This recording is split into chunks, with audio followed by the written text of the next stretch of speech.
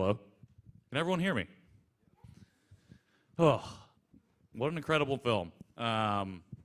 Really excited to be able to have this discussion, and I'm taking a second because there's a little bit in that last 10 minutes that really just makes me emotional every single time I watch the movie, and I've seen it like 20 times now. So, appreciate everyone for coming out. Very excited. I actually was here, a student at Purdue, for a few years back in 2009 to 2012, and always have loved basketball, so this movie has meant a lot to me. And I'm excited to be able to be back here at Purdue to be able to host this conversation and talk about the Asian American experience here in Indiana specifically. Norman talked about there are places in Asian America in this country that don't always get the recognition because we're not on the coast.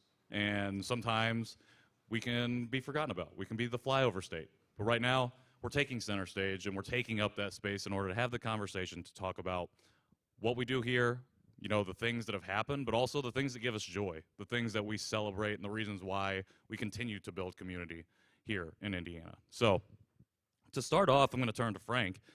What was the impetus for making this specific film? So, I'll tell you a little bit about my background and how I arrived at this film.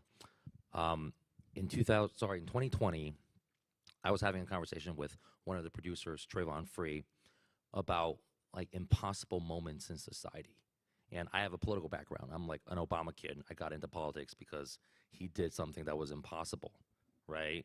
And Trayvon felt the same way. So we were just going back and forth, and we were like, what other moments feel like that, like impossible moments when society at large assigns to a group of people saying you can't do something, and then someone comes out of nowhere and just shatters it to pieces.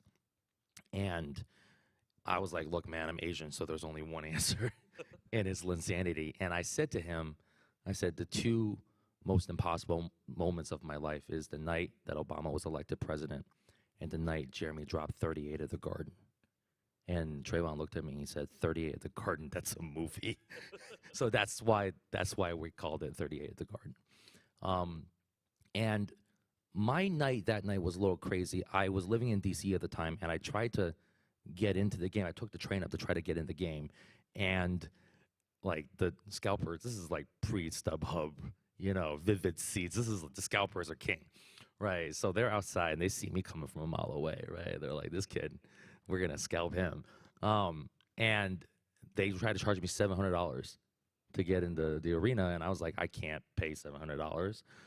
If y'all have been to the Garden, you know that Koreatown is right next door. So I was just like, I'm just going to Koreatown, and I plopped myself down one of the karaoke bars, and I watched it there with hundreds of people who look like me. And I told Jeremy when we started filming, I was like, looking back on it, I don't think I would have traded the experience I had for actually being in the Garden, because you're surrounded by people who look like you. And you could imagine, like, people lost their minds for 2 hours watching that game because they saw something that society had told them was impossible. Is it the outside stereotypes that you're dealing with, saying you're a nerd, you're submissive, you can't do these things? Is it the internal family pressures, being like, oh, maybe I never got to live my dream because I had to play violin? You never know, right? But like, I feel like when I was in that bar and what I was feeling myself was like hundreds of people having the exact same experience of like having this cathartic reaction to an outside pressure and an inside pressure. And that moment always lived with me. But, you know, I realized something when I was having that conversation with Trayvon was like, Trayvon is black. I had never had a conversation with someone who wasn't Asian about Linsanity, right? And when you have conversations with Asian people about Linsanity, you just assume everybody sort of understands it. Right. You know, like, yeah, we get it, right? And like, I never had to explain myself and how I felt. And when I did that, he was like, I don't understand why you haven't made this movie, man. Like Linsanity from the Asian fans' perspective, why have you not made this movie?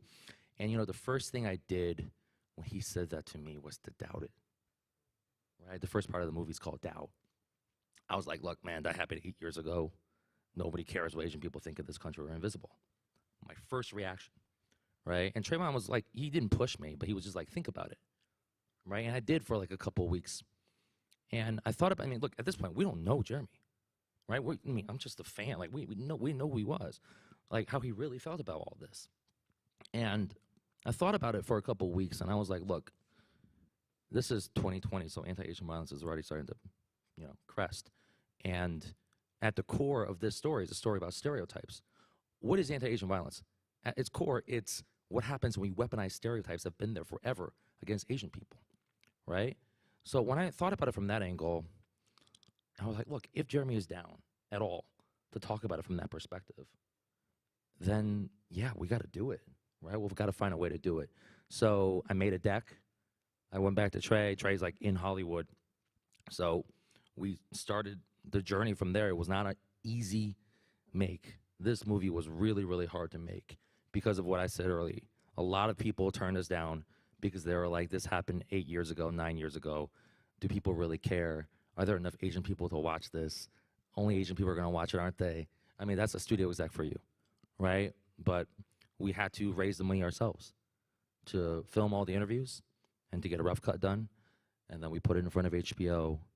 And I think when they saw the bones of this movie, they realized what it was. And that's why it's here.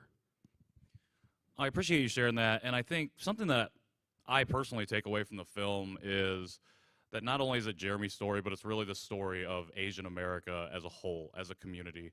Can you talk about the power of storytelling, just from your background, and why it's important for us to be able to not only tell a story like a Jeremy Lin story, but why it's important for all of us to feel the importance, to feel the necessity to be able to tell our own stories, especially as Asian Americans? So I think when you're an Asian American storyteller, you're told two things at the same time, and they're direct conflict with each other. The first is you're a storyteller, right? The personal is the most powerful. Tell what you know because that's what you lived, right? That's what people tell all storytellers. And the second is you're Asian American. Your story doesn't matter in this country, right? So how do you square that, right? And that's something I have been dealing with my whole career. Every single Asian American project that I've taken up on, I felt like I had to drag into existence with my bare hands, including this one. Yeah, it's like it's sexy. It's on HBO. Yeah, but like it took so much to get it to that point. We had to prove every single person wrong until people couldn't say no, right? And it is still that hard. It's easier than it was before. We had this conversation. Like, it's easier to make scripted movies in Hollywood now. Everything, Everywhere, All at Once just won the Oscar, right? But when it comes to true stories, when it comes to Asian American documentaries, it's really hard to make. It will continue to be really hard to make. I talked to all the people who made my favorite Asian American documentaries in the 80s and 90s and the 2000s. They'll tell you the same thing. It's going to be really hard to make because people make the same assumptions, right? So I think when you see these projects out there, you are seeing somebody's passion project that they dragged into existence with their bare hands. It's not easy. Nobody said yes to them until they absolutely had to. And, like, I wish it was an easier thing to say than that, but it's true. And it will continue to be true. But I think there are enough people who are determined to get that story out there, because once the story is told and it's told successfully, I always say this, storytelling is the actual Rosetta Stone of humanity, right? Because everybody recognizes the same arcs. Everybody recognizes tragedy. Everybody recognizes triumph. Everybody recognizes a hero's journey. If you go through every single culture in the world, there's the same story, right? And that is the sort of the fundamental connection that we have as humans, is storytelling. So as long as you can drag it into existence with your bare hands, and as long as you can tell that story and put it in front of as many people as possible, it will touch people who are different. It will touch people who are the same, obviously, but at the end of the day, that's how we actually make connection in society. I absolutely love that, because you're so right. Storytelling is so foundational, because the only way we're able to build solidarity across communities, to be able to build empathy with each other, is if we know each other. And we can only know each other if we're able to share those stories. And you talked about in your earlier answer about how stereotypes are like this anti-Asian violence is weaponized stereotypes. And, we saw that in pretty quick succession here in Indiana. And when I see like a Chancellor Keon at Purdue Northwest use a mock Asian language, when I see physical assaults happening to students on IU's campus, it makes me, one of the things that I think about is how there's been this lack of storytelling, this lack of empathy building, where we, like you said, are invisible. Our story is still invisible. And so, one of the reasons this documentary is so important to me is just because it reaffirms the importance of that storytelling and why we're having this conversation. And so, I mean, that's one of the things that we came here to talk about, not only to talk about the celebration, but again, to kind of just hash out from our own personal perspectives the things that have happened in Indiana, and then again, to talk about those joys. And so, I want to move to Professor Pam Saylor, who's joining us from Purdue Northwest, and kind of want to touch on these incidents specifically from like your personal perspective. And if we're going by the timeline, this movie came out in October, and while we're doing a lot of celebrating over 2 months in December, we have the Chancellor incident at Purdue Northwest. Professor Saylor, can you talk a little bit about when that happened, when the mock Asian speech happened at Purdue Northwest? What was your initial reaction, just as you as a person? Is that on? I think so. Is that okay? Good. So I attend commencement with my colleagues, and it's a big deal. We're so excited for the students for graduation. I didn't attend that commencement. That was on a Saturday, and I went to the commencement on Sunday. I did not hear about it until the following Wednesday. A colleague on the West Coast happened to send that clip to a couple of us that work at PNW, and it was shock. But our conversation amongst us, and there were two of us that are AAPI faculty, it was, what will we do? Like, if we were there, if I was there sitting in that second row, would I get up and leave? The thought is, yeah, I would like to get up and leave, but I'm there for my students, right? And so I know as that social work faculty, my students are graduating, I'm not gonna get up. I'm not gonna make a scene, get up and walk out. After we texted, and then we got together and we chatted. After that, I thought more about it, and it turned into a trigger. And there was crying. I had to call my friend back in California, and we shared a lot of things that had happened to us. And I've shared this in class at school at PNW, but there have been microaggressions against me at my university. And so this was a big trigger for me. And so my initial reaction was I wouldn't make a scene, but then after that, because it was a trigger, it really put me in a state that I got very depressed, and I didn't want to talk to anybody, and it was bad. I mean, it was right at the end of fall semester. We had a break. Faculty sent a message to our chancellor to resign. Nothing happened, and we're in break, and there's nobody to talk to. And so that reaction was bad, and I was able to talk to other AAPI colleagues at the university, and there was an uproar, but there wasn't anything we could do during break. And so we wanted to come back to campus early January to see what would happen. And in all honesty, nothing happened. We went to convocation, and I thought we would have that discussion, and we did not. And I cried. I had to leave convocation several times because there wasn't that discussion on campus. And so in that time, I've met a lot of people from here at Purdue, Patrick. A lot of people reached out to me to support me outside of my university, and that was wonderful for me because I didn't feel that support at my campus. So yeah, that was like my general reaction to what had happened. Thank you for sharing that. And so a lack of response on your end, you come back from break and it's like, okay, we're still not hearing anything, and you realize you have to move forward. You have to continue to do the work that you've already been doing, especially in leading in this higher education space.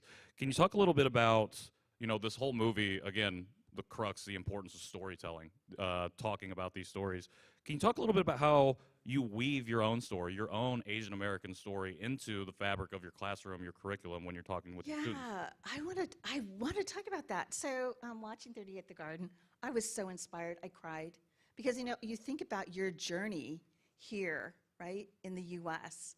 And And so I was very, very inspired. And so I teach social work, and I teach mostly social work classes, but I taught a new course this spring, diversity and social justice. And so yesterday, I told my story about Philippine American history. And Frank, I hadn't shared this with you, but I was doing research for my hour and 15-minute class. So I have a little short video on Asian Americans, directed by you. And then at the end, I show this, a poem by Carlos Bulasan, and it's read. And that was like the end of my lecture for the class. And it's like, Frank G. And I'm thinking, oh my God, I get to meet you. So I was really excited. But I got to share my story in class. And I teach at Purdue Northwest in Northwest Indiana. It's a diverse campus, but students don't know Philippine American history. And I said, this is American history, and let me share this. And the students were enthralled, and they asked a few questions, but I was so excited to share my story. And I got an email last night, from one of my students, and she said, thank you for sharing that. Thank you for being vulnerable, because I did share that history, and it was important for me. And so now I'm thinking, oh my gosh, I need to do more. And I'm teaching diversity in the fall, and it's like I have just more ideas on what I want to do. So that was like, okay, this is good. I kind of like this. I was so nervous, and I thought, oh, how are they going to react? I don't know. And my class is diverse, and they're freshmen through seniors. But I think they were engaged. They were engaged for most of it. But it was just interesting that your videos they were in my presentation. So I love that video. Right? Isn't that As American right? Heart, yeah. Oh my God, it was so good. And I wanted them to read part of a poem. It's like, no, I got to cut this. I got to cut this. And so, yeah, that storytelling. I think for me, my class. It's a community of learners, and so we talk about that. And we do talk about our stories and your lived experience. And so that's really important to me as an educator. It's so important, and it's interesting to hear you talk about, like this nervousness before even telling your story to your class. Just like Frank said, the doubt that we Yes, have yes. already internalized, built into our mindsets when we want to tell our own stories. Yes. We question or we hesitate for some reason. It's because of this wave of stereotype, of this anti-Asian rhetoric that we've faced for so long, all of our lives growing up, especially here in Indiana, especially in a place that it doesn't necessarily go addressed all the time. Yes. And so, Dr. True, I want to move to you. You work here on Purdue proper campus, or the Purdue main campus specifically. So a little bit of literal geographic distance from Purdue Northwest campus. What was your initial reaction when you first heard about this incident? Yeah, so much, so much to unpack. I think Pam, you kind of hit the nail on the head when you said triggered, right? Because I think if you're Asian and Asian American here on campus, there is a sense of isolation, a persistent isolation, a sense that, somehow, even though there are community, and I'm so very grateful for the community, especially the staff, especially the ARC, especially my students. I don't know what I would do without my students, but there is a sense of isolation. And this is, for me, unfortunately, just one of so many incidents. I mean, this is my 12th year here. So many incidents that have transpired throughout the year. With anti-Asian violence of all types, right? Throughout, like thinking about the spectrum of violent acts and erasure. So this was triggering in that sense that this is not anything, sadly, it didn't feel new, right? And I think there is a heaviness to that, right? And then it happened in the beginning of break, and then everybody went to break. So I was hearing about it from Dr. Sari. I was hearing about it from the community. If I can pivot really quickly to talk about the positive that came out of this, Yeah. is that the Asian American community showed up. Yes. Like, it was amazing. And not just in Indiana, it was everywhere. Everybody showed up. There were multiple letters being written. I was a part of a letter that was being written here on campus, and we reached out to Pam. There were letters that were written nationwide. There were letters that were written internationally. Like, the Asian and Asian American community showed up, and we vocalized how we felt about this situation. And this is what, some of my students are here, and, this is nothing new. I always tell them it is important to voice where you stand, who you are, and how you feel about a situation, right? Because if you don't, someone else will do it for you, and you might not like what they have to say, right? So, Frank, thank you so much for making this documentary, because I actually saw it. Gosh, I remember the date. It was February 1st, and Dr. Sari will know this. So I'm part of this Asian American faculty and staff collective here on campus that we came together to write how we felt about Chancellor Keon and the situation, and asking for Purdue University's response, which we did not receive a response. But aside from that, I remember, this is work, right? This is on the ground, this is grassroots work that, at times can get really depressing, right? It feels lonely, you feel like nobody cares, you're a minority here on campus. And so I actually saw this documentary, and so immediately I sent the Asian American staff and faculty collective. I'm like, look, this is complete tangent from what we're talking about. We were organizing at that point. I'm like, this is complete tangent, but I just saw 38 at the Garden, and it is so empowering. You all need to, if you haven't seen it yet, you need to do so, because it will remind us that we need to speak up even when it makes us feel uncomfortable, right? We need to take up space. So thank you so much for making this documentary, because it just was so meaningful and impactful for us still in our organizing work here. Thank you so much for sharing that. And I love that you talk about how, again, I mentioned at the top, Norma mentioned it as well, how Indiana might not necessarily be a hub for Asian American anything, and we don't really hear about these stories very often. You talk about how there was this massive outpouring of response right away, not only from people here in Indiana, but from our community all across the country.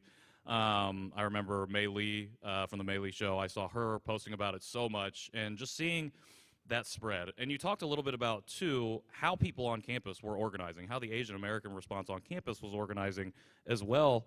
Can you talk a little bit more about that response and how that's changed over your 12 years here at Purdue proper? Yeah, I don't want to, there's always been organizing that's occurred here on campus, right? Whether it's advertised or publicized, right, is one thing. Just like there's always been Asian American activism, right, going on, whether people know about it. In the 60s, in the 70s, there's always been Asian American activism, right? So in that sense, there has been organizing. I mean, Dr. Zari had talked about, in the beginning when I first came here on campus, there was organizing to put together the ARC, right? There was organizing there was a whole bunch of anti-Asian Twitter handles that were started against Purdue Asians. When I first came here, there was organizing then. And then, there's been a series of incidents since then. There's always been organizing. We've always been here doing the work. But has there been university response, right? I think these are two separate narratives that exist, unfortunately, that coexist. So yeah, we've been here, we've been doing things.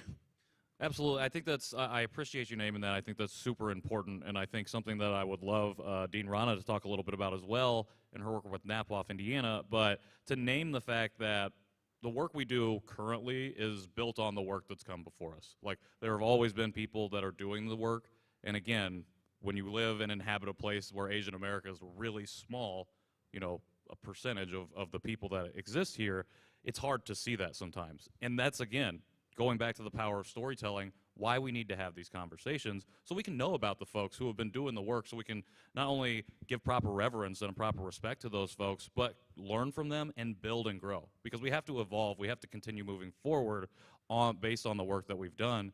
And so, Dean Rana, obviously you are you're at IU, and we're seeing like the fallout from Purdue Northwest, like that was a non-physical assault, a version of violence that is non-physical, doesn't leave scars you can see.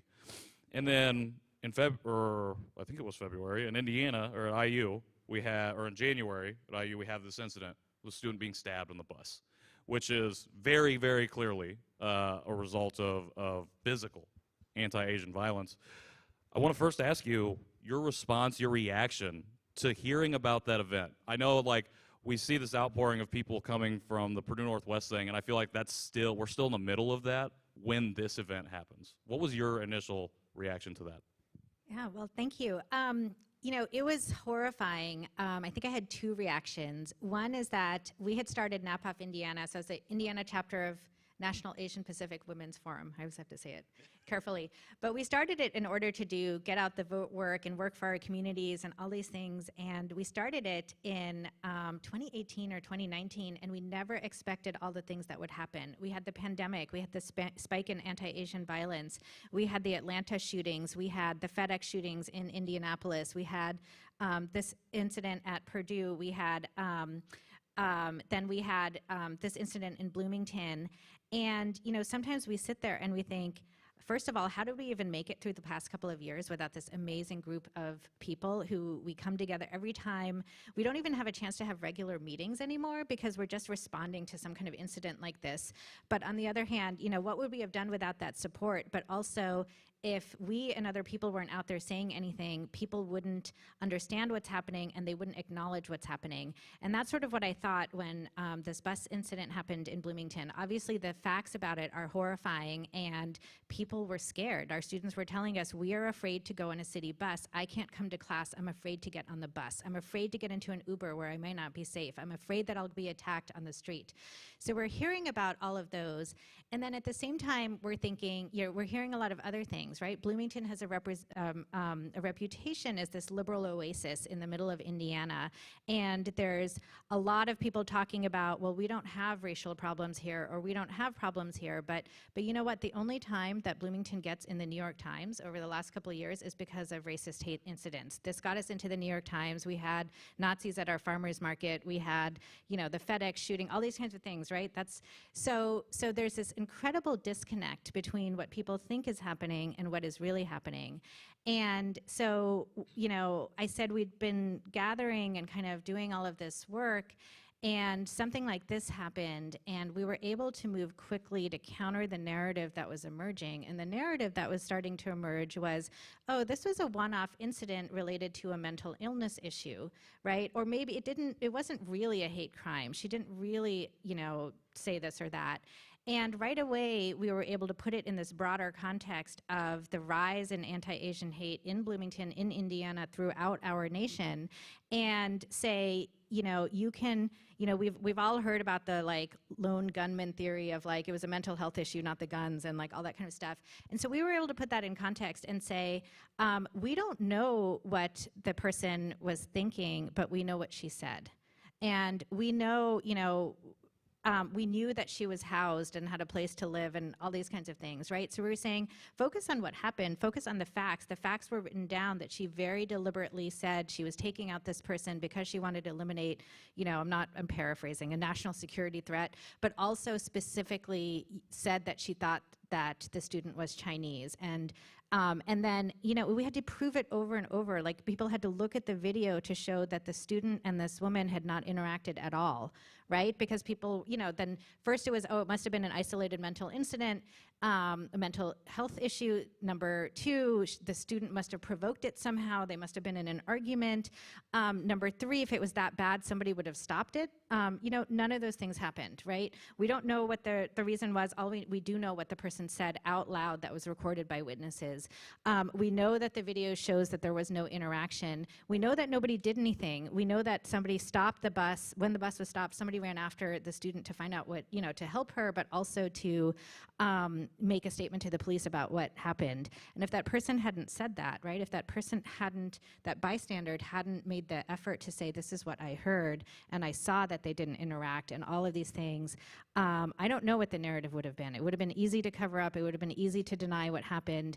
And I think the fact that there was this person who, first of all, the student who was attacked was brave enough to speak out. Then there was a bystander who was brave enough to speak out. And then there was a group of people ready to say, this is not an isolated incident. This is part of a pattern. This is part of a pattern in our city. This is part of a pattern in our state. This is part of a pattern in our nation. And empty words are not enough to do something about this. We need to do more. We need to do better. I love that, and I appreciate, I think we take for granted a lot of times organizations that come out and give us that context, because like you said, those narratives can get skewed, they can get changed, and they can be used to harm us, further weaponized against us. And so the work that NAPAWF Indiana does is amazing because you're very visible. You're one of the few organizations that I am aware of that operating in Indiana specifically for our community.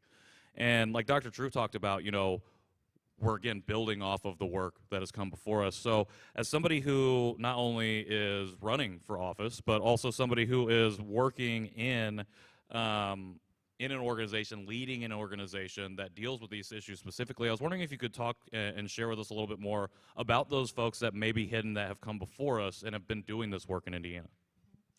I think that's a great question. And so one of the things that we see, so, I'm also a law professor. I've also studied a lot of Asian American history, more specifically as related to the law. And one of the things that we see when we think about Asian American history in the United States is that the same thing happens over and over and over again. And each time, it's like a new generation is discovering what happened, right? I can talk about my experience in college in the 1990s. I'm sure it will resonate with the college students in this room right now. And what we're talking about, invisibility or hypervisibility, all of these things. And one of the reasons for that is that because that there hasn't been amplification of Asian American voices in the United States. It's been the opposite. It's been silencing, except for efforts like this one to make this movie and do other things. So what happens is there's a burst of something happens, some people will find out about it and learn about it, but it never breaks through the mainstream of the American public consciousness and American culture. It's very, very few moments like Linsanity that do. And it's those moments that move the ball, that get us from this cycle happens over and over, the same thing happens to, there's some public consciousness, the ball has been moved forward, there's better understanding of what is happening and what we can do about it. And so I think for Asian American, solidarity and history and movements in the United States, it's first really important to understand how far back they go. It goes all the way back to the founding of this nation and the cases that set up who belongs in the United States and who does not, based on race and ethnicity, were cases involving, many different races, but also very specifically Asian American.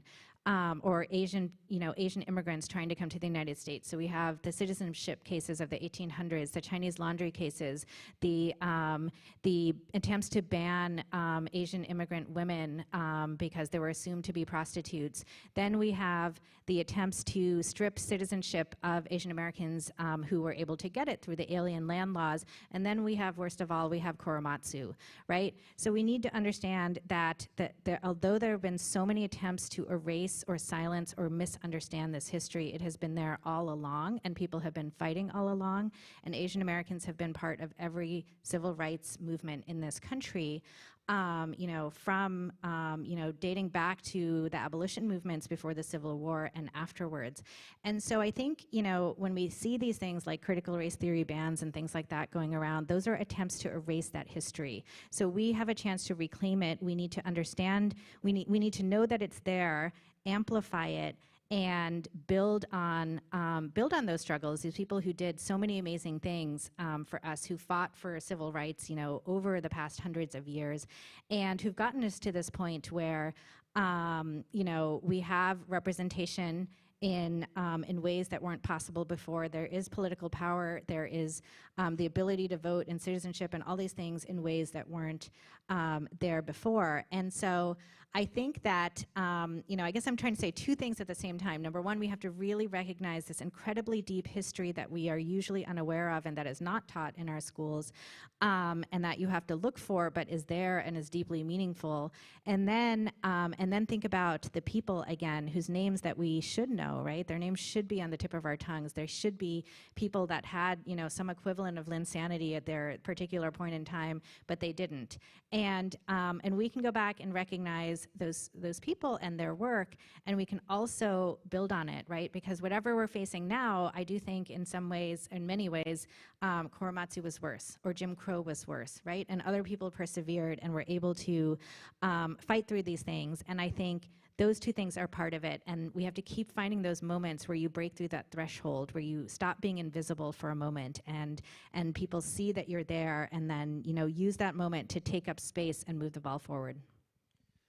Thank you so much for sharing that. I think, again, you're absolutely right. Knowing that history, understanding who came before, who's done the work, and also not only the good, the bad as well, like understanding all of that context is so important for us. And, this movie, what I love about the movie, too, is how you broke it down into 3 parts, Frank. The doubt, the reality, or the impossible, and the reality.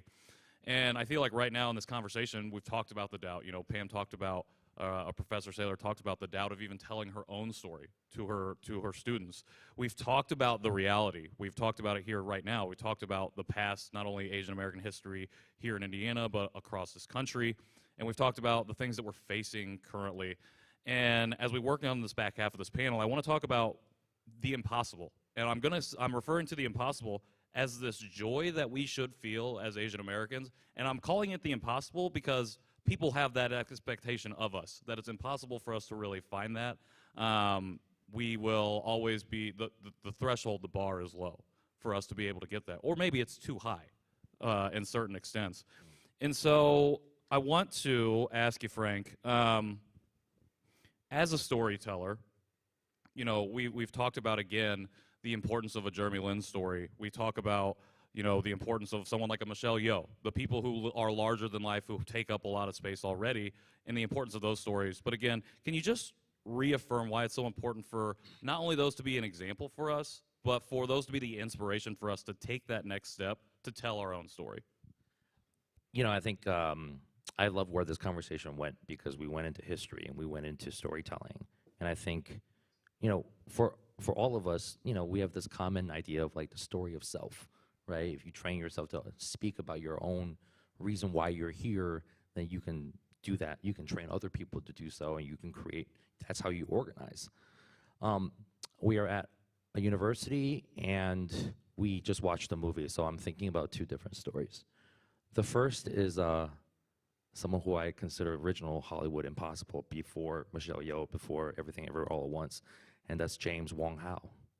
James Wong Howe won 2 Oscars in the 50s. He's known as the best cinematographer in Hollywood history. Came here from China when he was 12 years old. Only got to direct 1 movie because nobody wanted to put Wong Howe at the end of directed by on the marquees back in the 50s and the 60s. When he was working in Hollywood in the 40s, he used to wear a shirt on set that said, "I am Chinese," so that, people didn't think he was Japanese and do something to him. And then when the Hollywood Blacklist and the House Un-American Activities Committee started up during McCarthyism, they dragged him in front. They arrested him. And they were like, "Why'd you arrest me?" He was like, "Well, you're born in China." So we're like, okay, so a decade ago, you told me to wear "I am Chinese" t-shirts so that nobody thinks I'm Japanese. And now you drag me in front of Congress and you telling me that I'm here because I was born in China.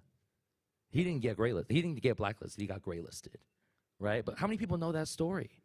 Just look him up. This is from the 50s, before your parents were born, of a guy holding an Oscar who looks like me, right? I think about Yen Fu Lee. Yen Fu Lee gave the graduating, the valedictory speech at Yale in 1887. This is 5 years after the Chinese Exclusion Act passed. This is Yale, so there are senators sitting in the crowd. There are 4 senators sitting in the crowd who voted for the Chinese Exclusion Act. And this guy who came here when he was 13 gets up there. And the common phrase that everybody says back then was the Chinese must go, the Chinese must go.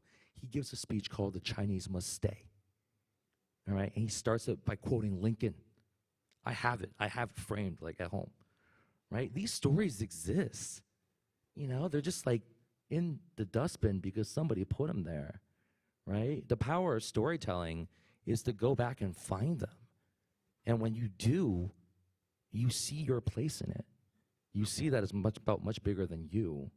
And that's how you find your own place in that story. I think one of the things that's like really exciting to me, like, you know, identities are often formed, communities are often formed in moments of joy and crisis, right? And to me, Linsanity is that joy. Crisis is like anti-Asian violence, right? And when moments like that happen, you are forced to sort of see outside of your body, right? And when you do, you, one, want to learn, and two, you want to figure out how you can help build on it. We don't live in a society anymore where, you know, Chinese descent and Japanese descent and Filipinos, like, it's not nearly as, like, you know, walled up as it used to, right? There is this something really, really exciting. I think we say Asian American like it's like something that's been around forever. It's been around since the 60s, right? And it was created by people who were trying to find solidarity with Black Power movement at the time, and the people who founded it were Japanese and Chinese of descent, right? Now, we have this entire 1965 immigration wave come in, and two generations worth of immigrant kids who are looking for belonging, and they've taken on this original identity as Asian American, and we're still trying to figure out what that means. We don't know, right? It's still so new, and that's what's so exciting about it. And there's so much history that's there, and there's so much like community that has yet to be built. And I think once you look at it from a joy and crisis standpoint, and you dig into the history and you figure out your role in it, you know, the possibilities are endless. Absolutely love that. Endless possibilities for sure. And I'm glad you named that excitement. The excitement in still forming this collective consciousness, this collective identity, this collective community that we're doing. And so to build on that, I want to ask each of our panelists here, what specifically is bringing you joy? I want to start with you, Professor Saylor. What right now is bringing you joy for the Asian American community here in Indiana specifically? Well, so for me, Frank, when you're saying that, I love that because, I just told my story in class yesterday, but I was sharing my my grandpa who came to the U.S. in the 20s has this big chest, and he's no longer here, but there's a big chest at my mom's house. And in that chest is a yearbook that from the 30s. It's a Harvard yearbook, but it was my grandfather's brother that went to Harvard as a pensionado. And so that yearbook is there. And then I have a CD at home of interviews with my grandpa. And so yesterday, as I was talking, it brought me joy to share my story. And it's like, I got to do some more research. I got to start thinking about this. And so, as we're doing this and thinking, and there was so much joy yesterday. Yes, it was hard work to share my story, but it brought my students joy. And I thought, I can go further with this. I want to have, I want to have a bigger presence at my where I work, at my university. This has opened up. This has given me more confidence to share my story because I don't. And so this has brought me joy to have that support outside of my community where I don't have as much support. And so I want to bring that joy. I know I have support on campus, but I want to bring that joy, that storytelling in my class to my students about my history, Philippine American history. I want to talk more about it. I want to bring that happiness back to the classroom, and I know I can do that. And so I think that support and that confidence has been really important to me. My voice isn't small. I think when we started this back in January, when I did speak out, my voice is small on campus. I have other AAPI colleagues that can't speak out. And so I'm outspoken, but I'm probably like the only one on my campus that has spoken out. And so to have that international support from my colleagues for what we do, and knowing that my word, what I say is impactful is really important, and it does. It does bring me joy. So I'm loving this. Thank you. I appreciate you sharing that. I can feel the joy coming out of you during that answer, so I really, really appreciate that. Dr. True, how about you? What's giving you joy right now for yourself and for the Asian American community here in Indiana? Two answers to that. First is this event. this just being in this space is just uplifting. I think, sometimes it's difficult to be in this space, right? To be the only Asian American Studies faculty ever hired here at Purdue University, and at 50%, like not even a full line. But community is what matters within that space, right?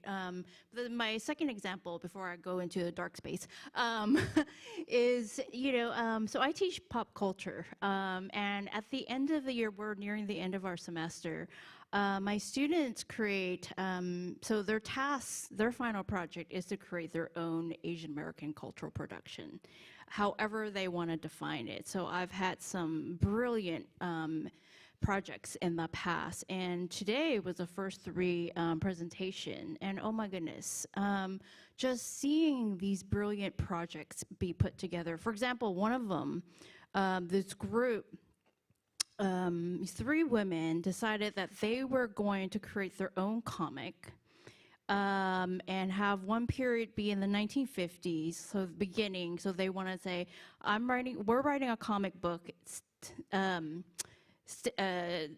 starting in the 1950s, and we want to bring out all the stereotypes that existed, right, in the 1950s. So there's the main white male protagonist, there's all these Asian villains, the dragon lady, there's a lotus blossom, just all the stereotypes. And they're all like, okay, so then we're going to write a reboot. And just the storytelling that they were doing. And I'm like, wow, this is why I do what I do. Right? So they can take what they've learned from the past and bring it forward to actually intervene, right? Moving forward, rather than just being stuck in the past and saying, this is who other people have defined us as, and this is who we are, right? It's no longer that going to be the. So anyways, that's just one example, and I just feel like a proud mama at that moment when I'm, witnessing just what they've learned and just the beautiful work that come out of that, and that brings me joy. Thank you so much for sharing that. And Dean Rana, how about you? What's giving you joy right now? So I'm going to echo some of the things that everyone has just said and then add a legal twist. So so I think, we often get, I often get the question of how do you do work-life balance and balance things and whatever, and do you set boundaries and all those things? And I'm terrible at all of those things. So I can't set boundaries and whatever. So the way I do it is to fill that bucket back up, right? I'm going to pour it everywhere and spread it everywhere, but I need to keep filling it back up is what I look for. And for that, the thing that fills me up the most is celebrating other people's successes, because there's always someone who's doing something amazing and succeeding at it, no matter what it is that's you're facing at that particular point in time. And so to put that legal twist on it that I promised, I was struck by, as I was watching this movie, what people were saying over and over is we're facing the perpetual foreigner stereotype over and over again. Doesn't matter if we grew up here and, how many our American passport, how old it is, and all that kind of stuff. And there's a very real legal reason for that, which is that all the protections of the U.S. Constitution don't protect you if you can make a national security exception. So if you can say someone is a foreigner, then you can take away their rights, which is what happened with Korematsu, which is what happened with Trump versus Hawaii, which happens over and over as a way to stigmatize and target vulnerable communities. And so so just thinking about the successes, I think about it in personal terms, just hearing about these stories. And then I think about it in broader terms, and the 2 things that sort of kept me going for years, and they still will keep me going, is I was thinking about the family separation cases that were happening at our border with Mexico, and how horrifying that was, right? In so many different ways. And some of the children who were separated from their parents ended up in a detention camp in California California. And their case ended up going to the Ninth Circuit Court of Appeals. And the Ninth Circuit Court of Appeals, by sheer chance, their case ended up in front of the only U.S. federal judge who had been incarcerated as a child in the internment camps in California, and that was Wallace Tashima. And you know, I just thought, you know, this was just chance. You just draw judges randomly, and he was on a panel that basically ordered the government to give the children, you know, basically soap. They didn't have soap. They didn't have, you know, safety. They didn't have all these things, and helped order their reunification. And then when we had Trump versus Hawaii, the judge who stopped, you know, that was then overturned by the Supreme Court. But however, the judge who stopped it first was an Asian American judge in Hawaii. And that's evidence of how far we have come and the power that is there. And, you know, I think about those stories, and I think about, you know, when I was a baby lawyer, like right out of law school, I clerked at the Ninth Circuit, and I felt so alone. It was the other law clerks were 90% white men. I mean, and there were like, no, I don't even know if there were any Asian Americans clerking at the same time. I can't even remember. I'll have to go look at the pictures. It would be easy to find because there'd be like 5 like faces on, you know, but I remember like walking through those halls, and you see picture and picture and picture and picture after picture, and I saw Wallace Tashima's picture there, right, in the hallway. And then I got to meet him, like, and I remember thinking, I'm not alone. I didn't tell him this, right? He doesn't know any of this, but I was like, I'm not alone. There are people who are here and people who care. And I didn't think about it for years and years, and then I saw that case, and I thought, this is poetic justice, that someone who endured what he endured as a child went out there and preserved, you know, the integrity of our country, but human rights for children in a similar position as him. And I can hear stories like that, and they can keep me going through like anything. So I encourage you to think about those things too. Thank you for sharing that. I totally resonate and agree. When you hear stories like that, like it really gives you that extra push, especially if you're feeling down for some reason. Like it gives me that extra motivation to be like, okay, I am in this work with other people. Again, thinking about, learning about those folks who have done it before you, just knowing that, okay, I can do this. And then when it feels overwhelming, knowing that if you need to take a step back to really like focus on yourself and make sure you can come back to the fight fully rested, that there are other folks out here doing that work as well. I think we're coming up close on time, and I want to leave some time for questions. I just want to close this out really quickly. Frank, just want to have you share just one last time, not to rehash everything that you've already said, but talking about, you know, not why this film is so impactful and important, but how it can help normalize our Asian American stories outside of our own community. I think, look, one of the things that when you do something that shatters stereotypes is like, people are like, oh, it's already been done, right? And no, it doesn't feel, oh yeah, you know, the second time it's not as cool or whatever, and people minimize that, right? I think what Jeremy's story does for me is it motivates me because there's always another first to be broken, right? And let me put it this way: Jeremy wasn't even the first Asian American basketball player in the NBA, right? But that was from the late 40s. But when you personalize someone else's pioneering feat, right, it will never get old, right? Because you will always have a goal of yours that has not been broken that you will want to do. And if that's what you take away from it, like that's what I like. Look, I'll put it this way: we had somebody write like a note to us on Jeremy's social media that was like, I watched 30 at the Garden, the next day I asked for a promotion, right? And like, it was like three weeks later I got it, right? That's somebody personalizing the feat of someone doing it on a massive scale, right? And that promotion means the world to them, right? And I think that's just a really important reminder that it never gets old as long as you apply it in your own life. Absolutely love that. Thank you so much for sharing. Thank you so much to everyone up here on the panel, Dr. True, Dean Rana, Professor Saylor, Frank. Appreciate you all. Appreciate ARC for facilitating this conversation, TAF for sponsoring the film and bringing all of this together. As we close it out here, if anybody has any questions, would love to be able to facilitate that here as we have a few minutes for those. We have a mic up here. I think we have someone who will bring you the mic even if you don't want to get up. Oh, we have one in the back here. They want the mic valet service.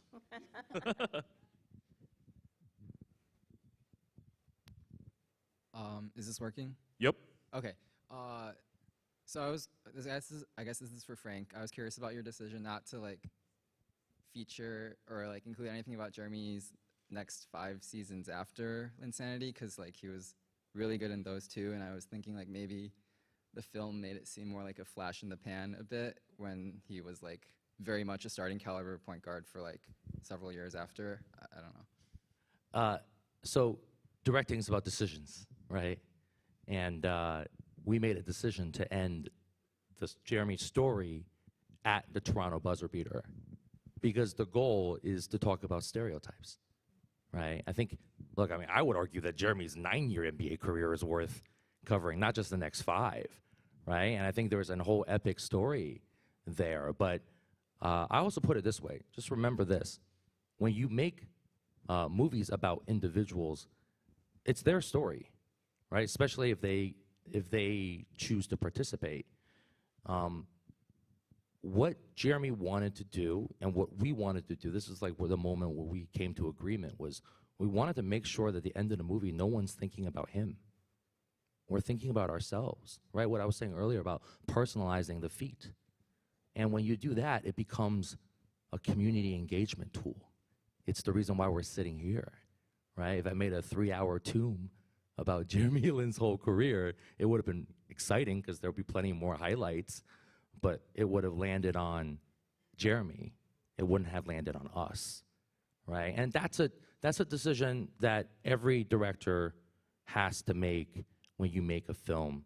You have to, first and foremost, you got to ask yourself, why, right? Most people will be like, I made it because I wanted to. I feel like it. I mean, trust me, I meet a lot of filmmakers. That's 95% of the conversation. But that's not the type of filmmaker I am, right? I always have a really big why. And my why is to make a movie that talked about how to break stereotypes and how to personalize the feat so that everybody can feel like they can have their own Linsanity moment. Thank you so much. Anyone else? Any other questions? I think we got time for 1 or 2 more. Looking at you, crowd. Looking at you. You don't have to. It's okay. There's no pressure for questions. Oh, we got one. This can be more of a general question for anyone on the panel to answer, but when we think about the history to where we're at now, the Oscars won or the heroes on YouTube, right? I just wanted to get your thoughts on what does progress look like in the future then? What's our next step? And, is there a clearly defined vision or image of, all right, once we achieve this specific accolade, like we did it, Like we had Jeremy Lin go up in 2012. I was in 6th grade. I remember seeing that and thinking, oh yeah, like we're good. This is it. Like this is progress.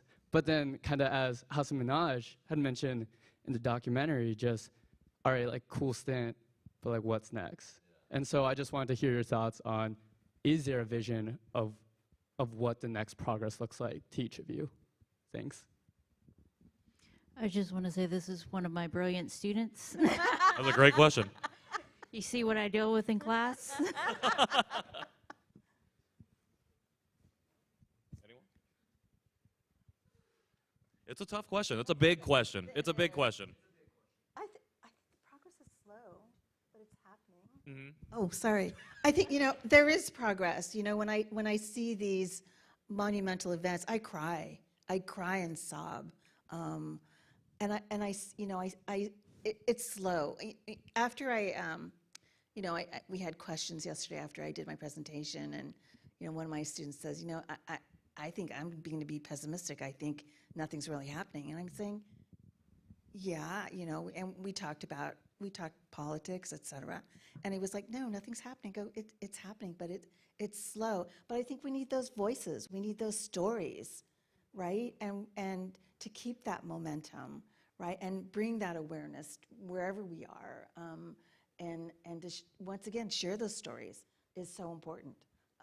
But I think, you know, I grew up in the 60s. I saw a lot of things, and now I feel sometimes like we're going backwards, but I'm going to be out there, right? I'm going to be out there, and I'm going to cry and clap and, you know, watch these inspiring moments, right? It is slow, but I think we just have to be present in that moment to share and to come together, and like we have since, you know, for me, since January, as our AAPI community has come together. I think, to me, that is really, really cool, but we have to continue that, right? To continue to bring that information everywhere, I think. Yeah, and I guess I want to add to that also that I think, you know, I never feel that moment of taking a breath and think that you made it, because we know, like, the history of civil rights gains and, you know, media gains and all of that is that they're fragile. However, we also know that the nature of backlash changes based on the amount of success that someone is having. So it's not surprising that we've seen this incredible level of backlash around the country, just as a point where people are actually, people of color are actually getting political and other social and other types of power, right? So I think if you can, the silver lining of that is that it shows progress in some ways. And then I think I see so much evidence of progress. I was just thinking about, I guess, like all parents everywhere, I'll just embarrass my daughter a little bit, who's too young right now to be really embarrassed, I think. Just don't tell her.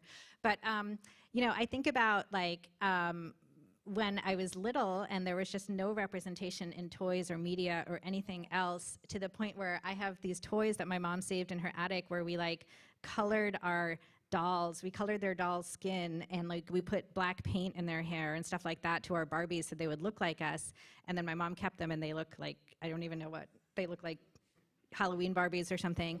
But then I think about now, you know, my daughter watches Mira, the Royal Detective, all the time. She watches The Legends of the Ten Rings. She's probably too young, and I shouldn't have let her watch it, but I did. And I think about like, I never had anything like that, and it's all over, and she thinks it's normal, and she looks at Mira and thinks, I want to be a Royal Detective too, or whatever. I could never think those things. And then I think about things like, we had this doll that my mom saved in her attic and gave to my daughter that you could feed it water, and then it would, like, go through and go to the bathroom. You know what I'm talking about? Okay. And you're supposed to pretend to change the diapers and stuff for the baby. So my daughter called it Potty Baby all the time, and this is when she was like 3. And I thought, you know, so eventually she would say this in public, like we're at the park or something, and I said, we have to give that doll a name. You can't just go around calling it Potty Baby. And then, and so I was like, okay, give it a name. And she's like, okay, I'm gonna name it Kamala Harris. And I don't know where that came from, but it was just, I just thought that was really cool, right? And now that baby's name is Kamala Harris. I'll tell you what I feel like should be next. What should be next is systemic change, right? Because when you watch moments like that, they're symbolic moments that bring uplift to people, to remind them of where we want to be. Doesn't mean we're there. And I think what the last few years especially has taught us is systemic change takes a long time. It oftentimes takes an entire generation that saw that symbolic change to then en masse come in and choose to fundamentally alter the way our society operates. It takes a long time. We're not the most patient people. I think especially in the age of social, we demand systemic change immediately. It unfortunately doesn't work that way. But I think that's what should be next. But I think it takes all of us, and it takes a long-term, sustained effort in order to look at the future and say, yeah, all right. You know, like I look at Patrick and I were just having this conversation about how hard it is still to make documentary film about Asian Americans. There's more opportunity to tell stories like Beef, like Crazy Rich Asians, like Everything Everywhere. But they're scripted. And scripted is planned, right? Scripted, you can make it up, right? Like, I mean, Everything Everywhere is about multiverses, for Christ's sake, right? But, like, when it gets true, that's where it gets dicey. That's where you can't find funding. That's where, you know, I'll just put it this way. I won't say who, but the first group of people that we went to make the documentary, we thought it was a sure thing. And they said, oh, you know, sorry, great story, but we already have our Asian story for the year. Said it to our faces. Thought it was normal, right? And I think, like, you know, that's the challenge that, at least for me specifically in my field, once there's a breakout moment, it's still so hard to find that systemic change. You know, my mentors in the documentary space who are Asian American are people who, like, I mean, my favorite movie when I was growing up, documentary was Maya Lin's A Strong Clear Vision, and it won the best documentary feature at the Oscars. Frida Lee Mock. Ask her how she feels about making movies 30 years later, right? Ask Renee Tajima Pena, who made Who Killed Vincent Chin in the 1980s, that was nominated for an Academy Award, how she feels, right? I mean, these are folks who've been around for 30 years, and documentary filmmaking is still that hard because even though there sometimes are those pioneer moments, systemic change is really, really hard to bring. So it just takes a real sustained effort from all of us to be aware of that and to have patience and to keep pushing. Thank you so much for sharing that, everyone for sharing those answers. Thank you for that question. Again, continuing to push for our humanity, humanizing us as Asian Americans until we become undeniable, until they can't say, well, we already have our Asian story. They're like, oh, yeah, we definitely need that too. We need that too. We need this too. So that's what we want to keep doing. I cannot thank you all enough for doing that work already in your respective fields. One more time, give a hand for all of our panelists up here for Frank. Really, really appreciate you all. Again, thank you, Norman. Thank you, Terry, from the Asian American Foundation. Thank you, Dr. Sari. Thank you, Manabu from ARC, for everyone at Purdue for helping us facilitate this conversation. We really appreciate you all making the time to come out and hang out with us tonight. Thank you so much. So before we leave, I would like to present this gift really quick.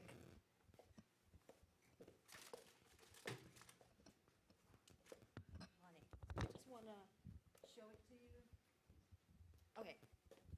So everyone in the panel will get this T-shirt. I like to tell this story, but this is designed by one of the Purdue alums, Maggie Newhouser, and the design is from origami. So the idea is that every fold that you make leaves a mark.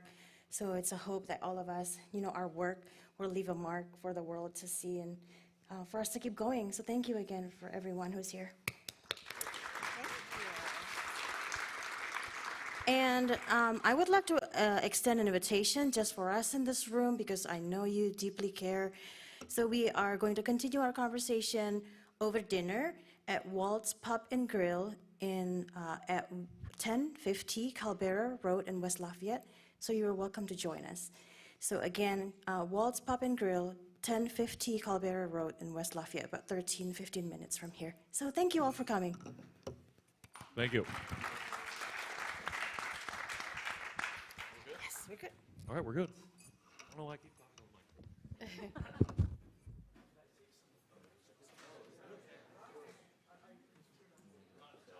Hey, Dr. Sorry, we're going to take some photos. You want to come out? So, yes, thank you. 2 minutes.